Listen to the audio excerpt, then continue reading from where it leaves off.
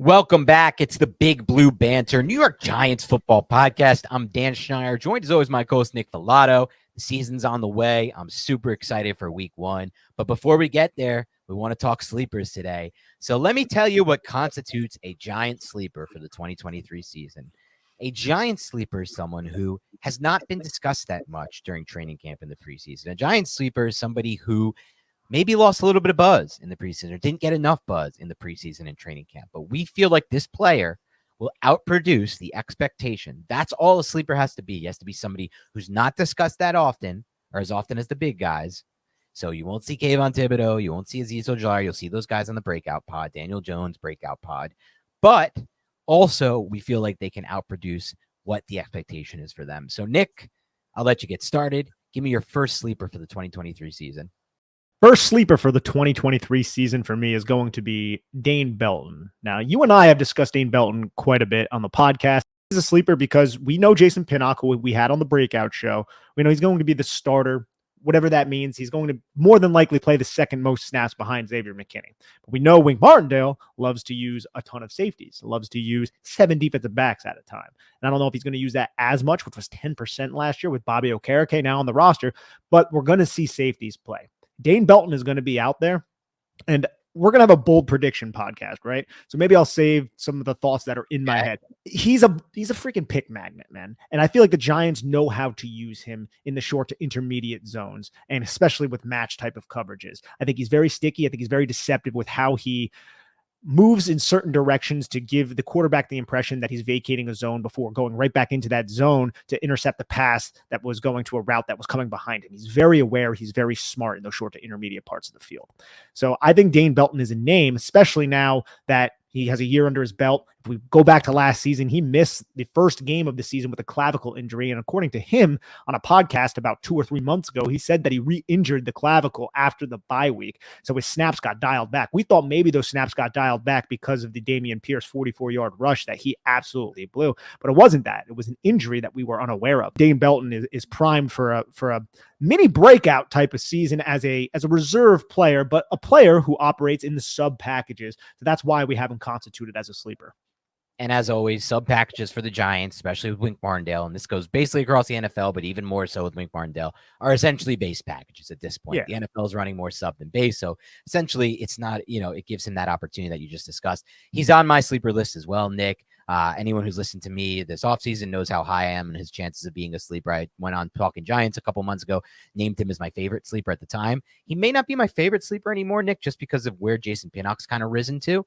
But I still like everything you said. I think the number one thing that you landed on here is just that he has a different level of natural instincts for playing the safety position than most people you see when you watch the tape. And what is that going to lead to? It's going to lead to, one, an opportunity for a defensive coordinator like Wink Martindale to scheme up opportunities for him, right? The scheming just doesn't happen only on offense. It's going to happen on defense too. He's going to put him in robber type situations and places where he can be in a spot to make a big play on the ball, whether that be a PBU or an interception. So I think he could be that big play spark of the defense. I have my concerns from putting in breakout from a run defense standpoint. You talked about the Dameon Pierce run, and that may be what ultimately holds him back from being what Pinnock can be this year, which it looks like Pinnock's definitely assumed for now. Things can change in season. Roles can change going into it. Obviously seems like Pinnock has risen above him.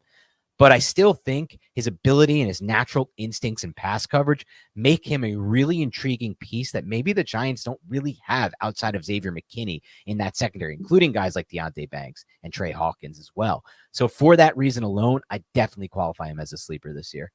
There's one player who is older and a lot more experienced than him on the roster who I think also does the things that we love about Dane Belton pretty well, and that's Bobby McCain, who we weren't certain if he was going to make the team. He had the concussion. But if you go through Bobby McCain's tape when he was with Washington, even if you want to go as far back when he was with Patrick Graham and the Miami Dolphins, he does similar things. He knows how to manipulate zone coverage and where to be, and he also understands route combinations and where receivers are going to be and understands how to kind of play with quarterbacks to position himself. He's not as, I would say, physically talented in terms of athletic ability, in terms of length as Dane Belton, but he's someone who can come away with a couple interceptions and just be like, oh, Bobby McCain, there we go. Wanted to just give him a shout out. Yeah, he deserves that shout out because that was probably one of the big reasons they brought him in. All right, Nick, I'm going to go with my number one sleeper for the Giants in 2023 as Nick McLeod, the player who came in last year off that Buffalo practice squad. Or was he on the roster or was he practice squad? I can't remember. But he was the practice squad. Giants claimed him after preseason. He was one of the waiver claims. Mm-hmm. Yep, one of their waiver claims after preseason from that Buffalo practice squad. Mostly special teams are there. Player there. Came over the Giants, was much more productive than people realize on a per snap basis at corner. Tried to convert him a little bit to a safety this offseason, and they came back around the Giants and said, let's put him back at corner. We don't love our depth there. I think there's an outside chance Nick McLeod could play a lot more corner snaps than people realize this year. Obviously, the hope for the Giants is everything works out great, and these two rookies in Trey Hawkins and Deonte Banks can play the role they're hoping that they can play. That's the ceiling play. The Giants are going for the ceiling first off. You obviously try to hit your ceiling, but if the ceiling doesn't work out and they are rookies and they are struggling in pass coverage because they are rookies, that's when you turn to Nick McLeod. That's when you turn to someone who has proven it on film within this system already. Last season, he was 44th best among all cornerbacks in the NFL at yards per reception allowed, just 11 yards per reception. 41st best, I should say, at forced incompletions per target. He had 4 PBUs, that's pass breakups, despite playing just 316 snaps. For context, Sauce Gardner led the NFL with 14 PBUs, but he played double the snaps, and that's the best in the NFL. I think Nick McLeod has put on tape the ability to compete within this defense and play pretty damn solid football at corner. I would not be surprised if he's a sleeper to play more snaps than people realize, rise up the depth chart, be that guy in case they get injuries at the corner position that you can rely on and you can feel comfortable. They lost Fabian Moreau this offseason. They were able to retain Nick McLeod, and this is a player who I think is going to play a bigger role than people realize in 2023. I'm right there with you. Nick McLeod is on my list as well. Nick McLeod played just under 50% of the snaps last year for the Giants on defense. And a lot of that was towards the end of the season. If we remember when he was first activated, I'm not sure if he was activated before the Green Bay game, but that's when we started seeing him on defense because he's also a special teamer who played like 45% of the special team snaps last year as well. But Nick McLeod covered Randall Cobb on that third, I think it was like a 3rd and 8, and Aaron Rodgers targeted him right when he got in the game. It was a crossing route. And I don't think the throw was perfect, but Nick McLeod was still there to knock the football down and force. I think they went for it on 4th down, and they aired it out to Allen Lazard and ended up going incomplete. Regardless of the fact, every time Nick McLeod got on the field, there was a young player and offenses circled him, and they attacked him, and he rose to the occasion, and he's a sure tackler. We're going to see a lot on Monday night with these young rookies. You have Deonte Banks and Trey Hawkins, and I think they're going to do everything in their power to get CeeDee Lamb against Trey Hawkins and the bright lights the entire NFL world is watching. I hope it goes over well, but to say that I'm not a little bit scared about that situation and the prospects of starting 2 rookies would be a lie. Those 2 need to rise to the occasion, but you're right, bro. If they don't, if something happens, or if injuries even happen, you have Nick McLeod. You even have Darnay Holmes, who you can slide back in the slot, kick Adoree Jackson back outside if Adoree Jackson is playing the majority of the snaps in the slot too. So I love the McLeod call, and I also think he's a better run defender than he's given credit for. Yeah, that's another great point. He was really physical in the run game and pretty solid in that regard too. I don't have the tackle numbers in front of me, but I bet they would bear out well. And just a low-key thing that I was thinking about based off what you just said, Nick. I'm actually more concerned with Brandon Cooks on the outside than I am with CeeDee. If CeeDee Lamb is lining up in the slot as I expect him to in a Mike McCarthy system where just like nothing really changes, you have your slot, you have your 2 boundaries, unless he, takes over Kellen Moore concept, still remains to be seen what kind of offense he's going to run. I think we'll probably go back to his roots. I don't think Brandon Cooks has lost much. I think he was one of the steals of the offseason by the Dallas Cowboys. From the tape I watched last year, he looked just as explosive at creating separation. He just had a horrific quarterback play, and he didn't want to play for a shitty Texans team. He was done with that. He would rather move on and compete and play his last final snaps in the NFL on a great team. And now he feels like he has that opportunity. I'm more concerned with him on the outside. And I think Brandon Cooks is a nightmare matchup, to be honest, for the Giants in week 1. And that goes for Devontae Smith when they have to play him. Any of those quick speed guys against bigger, more press man, physical type corners like a Trey Hawkins and Deonte Banks. I know Banks has recovery speed, so I'm not as worried, but those guys can win quick off the line of scrimmage and win clean off the line of scrimmage. That's when I start to get concerned because Dak Prescott has his flaws. We know that. But what he does well is process fast, and he could see and hit those guys on the vertical plane because he processes so fast who's going to be open, and he gets the ball out to those guys. So just something we can talk about later in the week more, but that's where I'm at with the Giants corners versus the Cowboys receivers. we were hosting a Cowboys podcast, Brandon Cooks would be a sleeper for us. Be like, Brandon Cooks is going to have a huge role this year. He's going to change how defenses play the Cowboys because you actually have a competent wide receiver opposite of CeeDee Lamb. And if the Giants opt to crowd the line of scrimmage like they do, there's going to be a lot of one-on-one matchups on the outside, especially if they're using bracket type of concepts on CeeDee Lamb if he's operating in the slot. So Cooks against Trey Hawkins III on the outside in a one-on-one obvious pre-snap situation, Dak Prescott is going to take that 9 out of 10 times, and it's going to be on Trey Hawkins to rise to that occasion, or Deonte Banks. And dude, if it was just Deonte Banks, we would be nervous. I'm not trying to pour cold water on the Giants cornerback situation, but if we had a rookie starting against the Dallas Cowboys, you'd be like, hey, that's who the offense is going to target. Well, the offense can target both of them, Dan. It's just something to consider. It's going to be interesting because I actually think the defense is going to be if the Giants win, the defense is going to be the one pulling them through in this one. And look, I hope we don't have Giants fans hitting the panic button after week 1 if the offense doesn't look the way they're hoping it does. Just remember, this Dallas defense is one of the best they're going to have to play all season, and they match up good against the Giants because they have edge pressure against Evan Neal. And not only that, they have a really aggressive coordinator in Quinn, who I think really is going to challenge Jones to really get the ball out of his hands fast. So I wouldn't go crazy if the Giants offense doesn't look that great in week 1. And they're like 3 or 4 safeties deep too. And they have one of the best coverage safeties in Curse, who's going to be aligning against Darren Waller. You also have Donovan Wilson. You got Malik Hooker. I think they also got Israel Mukamamu, who's more of a backup, but he's like a 6'4" converted cornerback. They have these unique body types, and Quinn also likes to use 3 safeties. So I think they're going to be able to match the Giants from a 12 personnel package. Like their defense matches against the Giants fairly well from a personnel standpoint. Agreed. Let's get on to your next sleeper pick, Nick. I'm going to go with Ashan Robinson. I like Ashan Robinson in terms of operating in base. We initially thought it was going to be Rakeem Nunez-Roches, who was going to be that starter in base. And we were like, oh, dude, that is such an upgrade over what the Giants were trotting out last year. But then the Giants went out and they signed Ashan Robinson as well. And I was like, oh, this is a lot better. And now Rakeem Nunez-Roches, I think, is going to just be basically the guy who spells Dexter Lawrence as a nose, which I think is a better fit for him. Whereas Ashan Robinson can be that 4-eye technique who aligns on the inside shoulder of a tackle in base when you're aligning in a tight front where 3 defensive linemen are aligned within the tackle box. Then you have both edges on the outside. That's your defensive front. You create a 5-man front. You have those linebackers also positioned between the 4 eyes and the edges, Bobby Okereke and Micah McFaddin. And I think the Giants just are going to have a much more formidable rush defense. And I think that's going to also carry over in terms of power gap, which we talked about so much last year. They can't fit power gap. They can't fit counter.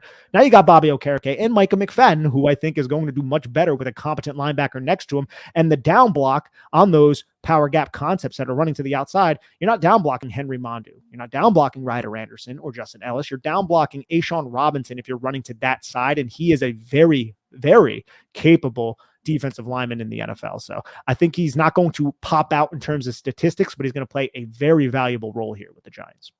You nailed it, Nick, from an analysis standpoint. Ashan Robinson is number 2 on my sleepers list behind McLeod. Remember, I'm ordering them in like order of biggest sleeper to least biggest sleeper type of thing as far as impact goes. I think, like you said, you just said it best. It may not show up in the stat sheet or the box score, but in what he can do outside of the box score, that's where it's going to show up. And like we've talked about all offseason, to me, the biggest weakness on this roster last year was their inability to stop the run in key moments. That Eagles game, yes, I know people have argued with me about this on Twitter. They're like, why are you blaming the run defense fully for that game? The offense did nothing. But I think the offense partially did nothing because they were playing from so far from behind and had so few opportunities because the Eagles milked the clock, kept the ball all day on offense, and the Giants had literally zero answer from a schematic standpoint due to the personnel. This changes what could be their biggest weakness. And last season, which was not a great season for Robinson as he battled through injuries, so I'll explain why in a second, the stats that back that up. But last season, even in a down season due to injuries, Robinson had 18 run stops. Remember from earlier or from the breakout podcast, a run stop, according to Pro Football Focus, is what constitutes a failure on a run play. So that could be, I believe, a 2-yard gain or fewer, and that includes tackles for loss. In just 177 run snaps, that's 18 and 177. That was just over 10% of his snaps that ended in a run stop.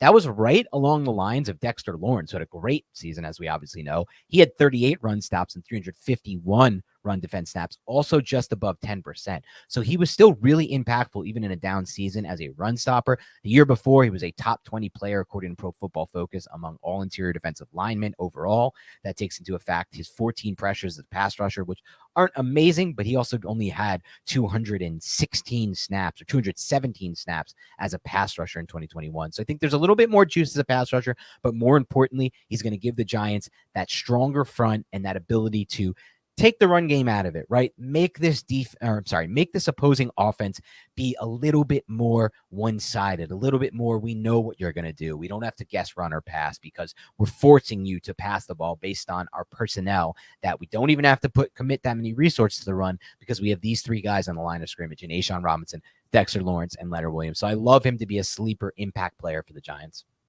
We've talked about it a lot. The Giants and Joe Schoen identified an issue with each side of the football and said, we need to get this. We need to get this. And on offense, it was, we need to get explosive plays. On defense, it was, we need to find a way to stop the freaking run, specifically power gap, but we need to find a way to fit the run. We need to bolster our front seven. Ashan Robinson is one of the primary individuals who are going to bolster that, along with Bobby Okereke. So if you just look at the personnel from last year to this year in terms of how they're going to stop the run. Obviously, we need to see it translate to the football field, but the personnel is so much better. The Giants were just, we entered the season last year, week one, with Tay Crowder and Austin Calitro as our opening linebackers, Dan.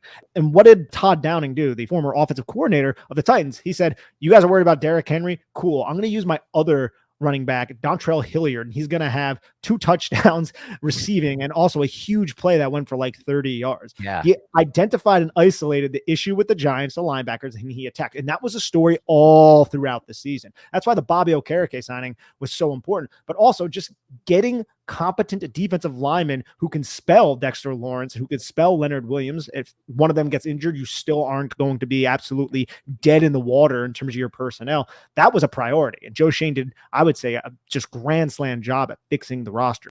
Completely agree, Nick.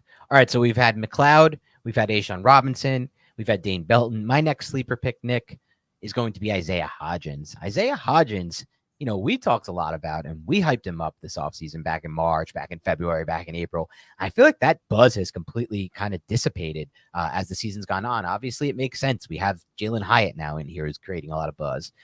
Darren Waller's creating a lot of buzz. Sterling Shepard's coming back from injury. Paris Campbell. They have a lot of different players there. But I still think Isaiah Hodgins could be a sleeper to make a much bigger impact than people realize. There's a lot of reasons behind this, Nick, but let me just talk about this one to start. He played 86.6% of his snaps last year with the Giants on the boundary. That was 11th most in the NFL on a per snap basis. He is their best option as a boundary receiver. He is also their best option, as you mentioned on the last podcast, breakouts. If you want to run those crackback blocks, you want to run those power gap schemes, moving him into the slot as a run blocker. These are the things that are going to keep him on the field. Also, as we saw in the preseason, he may be the best on the team at extending away from his frame, snagging a football, and having that big catch radius to make those plays. Obviously, on the Daniel Jones play that we discussed at length on one of our preseason film reviews, he snatched that ball out of the air, extended, caught it, and then created yards after the catch on that play. He also had another play earlier from Tyrod Taylor in the preceding game before that, where he had a really nice 9 yards after the catch, where he kind of spun out of a curl route and turned it into another 9 yards. He was top 30 last season, Nick, in overall PFF grade. He was top 10 among wide receivers in drop rate, and he was top 45 on a per route basis for yards per route run, despite having an ADOT of 82nd. And we think that is going to rise this year. And it's very hard, by the way, to be top 45 in yards per route run when you have an 82nd ADOT. You're just getting all short passes. So I think Hodgins hasn't gotten the buzz lately because there's more quote unquote exciting players, but he to me is somebody who can be a sleeper to make a much bigger impact than people realize right now, or than maybe people are giving credit for heading into this season. Do you think he could lead the Giants in the receiving room, yards or catches? Taking out Darren Waller, obviously. Yeah. I think he has a chance to lead the Giants in catches. I don't think he'll lead them in yards, if that makes sense. That makes plenty of sense. I think Paris Campbell could. I mean, Darius Lane, again, we might go over stats before preseason week one. This Giants team is very difficult to stat out. Yeah. The wide receivers, you have no idea how they're going to incorporate them. But I love Isaiah Hodgins. I love that call. I think a lot of Giant fans are on to how talented and how important Isaiah Hodgins was to the Giants last year. Like we said, The Giants getting their ass kicked against the Detroit Lions allowed him to get valuable reps, and then a couple weeks come to pass, and he's out there having a huge impact for the Giants, who heading into the season were relying on Kadarius Toney and Kenny Golladay, and ended up starting basically David Sills because neither of those players were effective or knew the playbook. Yeah, and thank God they're well past that point. All right, Nick, let me get to another one of your sleepers here. I debated on putting this player in here. Okay. And it's Micah McFaddin. Rightfully so, we were very skeptical about Micah McFaddin heading into the offseason because the Giants signed Jarrad Davis from the Lions practice squad and started him over Micah McFaddin in the playoffs. And Jarrad Davis looked fine, but Jarrad Davis is injured. And we were like, is it going to be Darian Beavers or Micah McFaddin? Well, Darian Beavers, he doesn't really look like he is fully back from his injury. Micah McFaddin, to me, in the preseason, when we saw him, looked solid, especially in the snaps when he did play with Bobby Okereke. This more so pertains to base personnel and rundowns. I think Micah McFaddin isn't going to be a liability in terms of the run. I do have issues with him in nickel. I do have issues with him in coverage. He can be solid when pressuring the quarterback, which we know dating back to his days at Indiana, and also just in terms of keeping the continuity of the defense, playing the run intact. He can affect positively, along with Bobby Okereke, what the Giants are going to do in that realm, which, as we already discussed, is very important. So I tentatively am putting Micah McFaddin into the sleepers, but I am a little bit scared because I don't fully trust him in terms of the pass. I think that's fair, Nick. He didn't make my sleepers list, but I think there is the opportunity for him to take such a big jump in the way that you described. The reason he probably doesn't make my list is I'm still a little bit skeptical of his functional athleticism. Is he laterally agile enough to have on the field and not be a liability, or more importantly, to have on the field and keep your defense so multiple to the point where you can be playing the run and pass at the same time. We'll see this season. Obviously, he has the opportunity to do that. Every player can grow from year one to year two in probably the biggest way, their biggest opportunity from a growth standpoint that they'll have in their entire career. So we've liked what we see. You're right. There's been improvements we've already seen in the preseason, especially from a run defense standpoint. Not that he wasn't solid there to begin with, but he's shown the ability to maybe be some kind of an impact player at times in the run game this year if things break right. So I do like the pick as well. I'll go to my next sleeper, Nick. My next sleeper is going to be, it's an interesting one. You know what? First, I'm going to say one, but we're not going to do analysis on it. It's Paris Campbell. We broke him down on the breakout show, but I just view him as more as a sleeper just because like I said, I have a little bit of struggle here thinking about who could break out there because obviously the wide receiver room is so deep. But I'm going to go with another player as a sleeper here. I'm going to go with Wan'Dale Robinson. Wan'Dale Robinson obviously exceeded expectations in my mind just from making the opening day roster, not being on the PUP list, not being forced to miss 4 games. And I think because of his, offseason and the injury, there hasn't been any buzz really around him at all. But the last time we saw him on a football field within this same system, a system like you mentioned before, and plenty of times he was handpicked for to play a specific role, he broke out with a 100-yard game, and he was freaking awesome. And he looked like exactly what they envisioned he can be.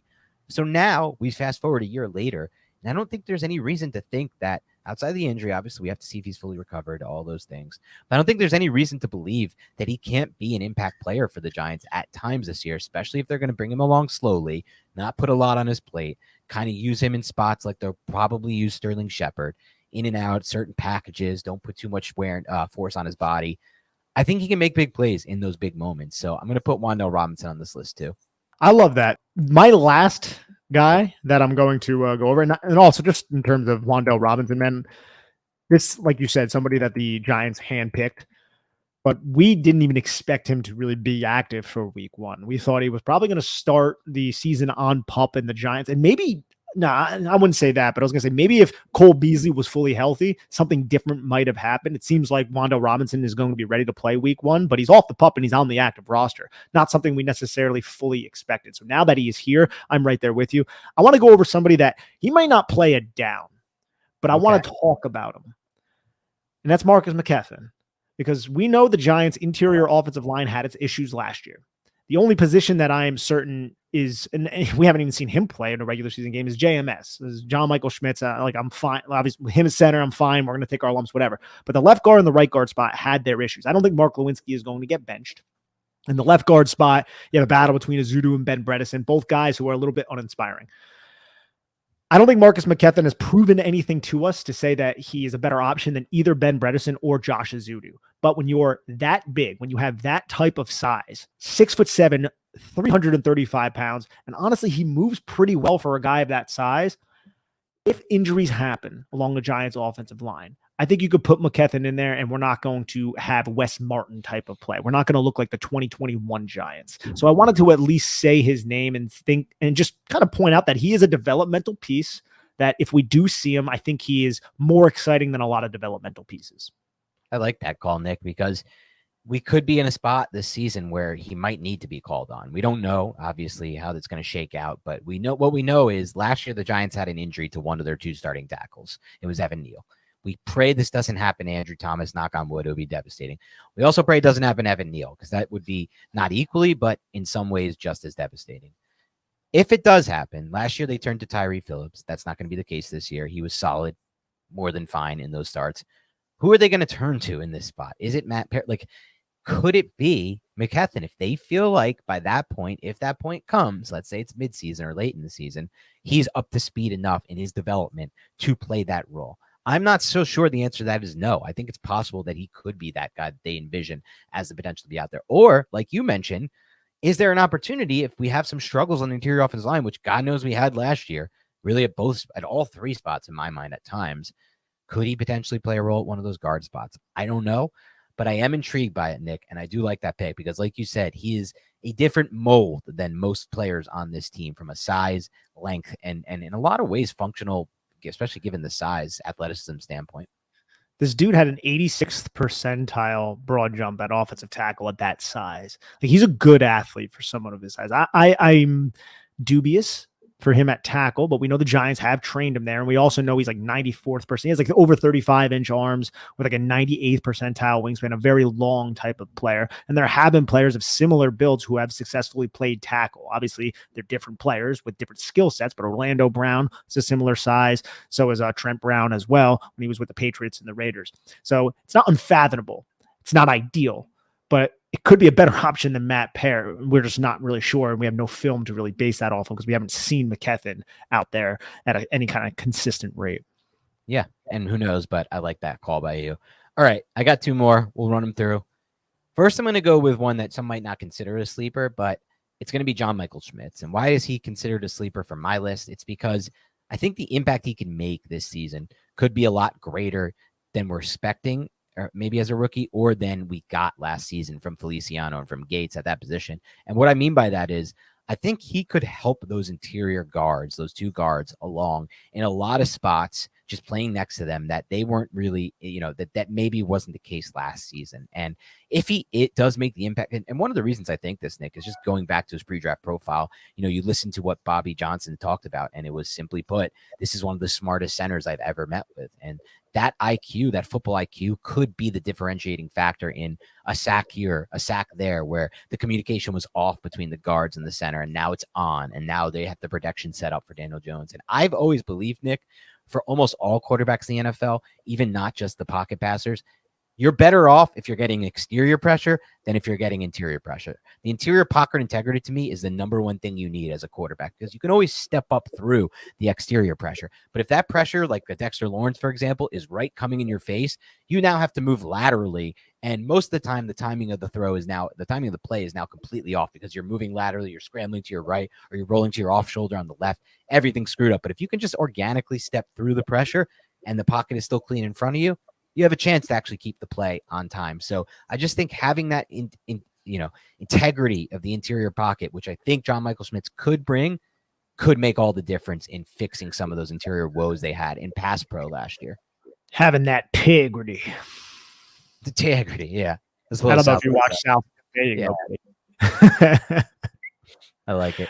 Yeah, John Michael Schmitz, I wouldn't consider him a sleeper. We've talked a lot about John Michael Schmitz, but just the overall upgrade of the interior parts of the line. Like John Feliciano was fine to me. It's not a plus, but John Michael Schmitz can be a plus in terms of being a top 15 center in year one. That's not ridiculous. I don't think John Feliciano necessarily was that. So if you give Daniel Jones a little bit more time to throw the football, maybe we'll get a little bit more explosive plays from the offense.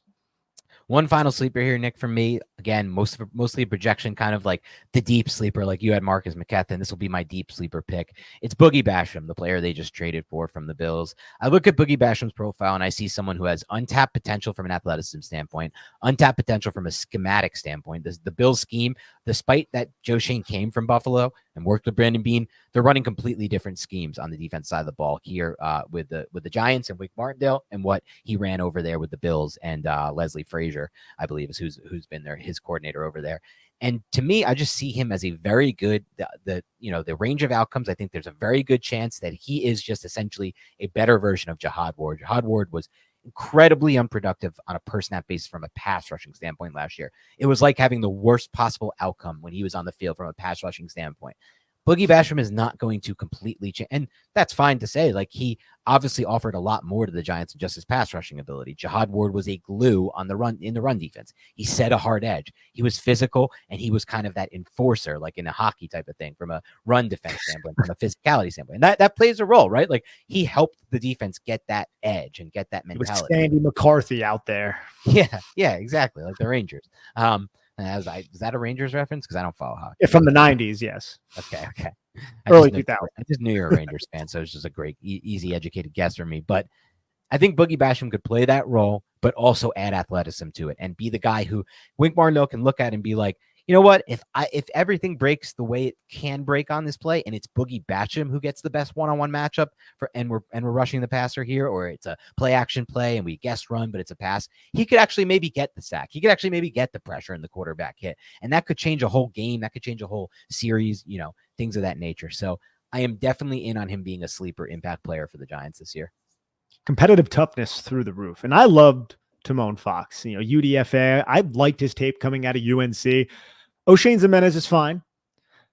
This is a big upgrade over both those players. And Boogie Basham isn't this elite pass rusher, but he is a high floor type of player. Yeah, and that's going to upgrade the Giants as well. All right, those are the sleepers we have for today. Let's recap them real quick. And Nick, you can let me know if I forgot one. We have Nick McLeod, Ashan Robinson, Paris Campbell, but he's also a breakout, Wan'Dale Robinson, Isaiah Hodgins, Marcus McKethin, John Michael Schmitz, Dane Belton, and Boogie Basham. The three who Nick and I were most aligned on were Belton, Nick McLeod, and Ashan Robinson. So those are your sleeper picks for the Giants for the 2020. Say Micah McFaddin. Oh, I missed Micah McFaddin. I looked at him last time with Pinnock, so we're also throwing Micah McFaddin on that list as well. Those are our sleeper picks for 2023. Keep it locked and loaded on Big Blue Banter. Have a great rest of your week, and we'll talk to you soon.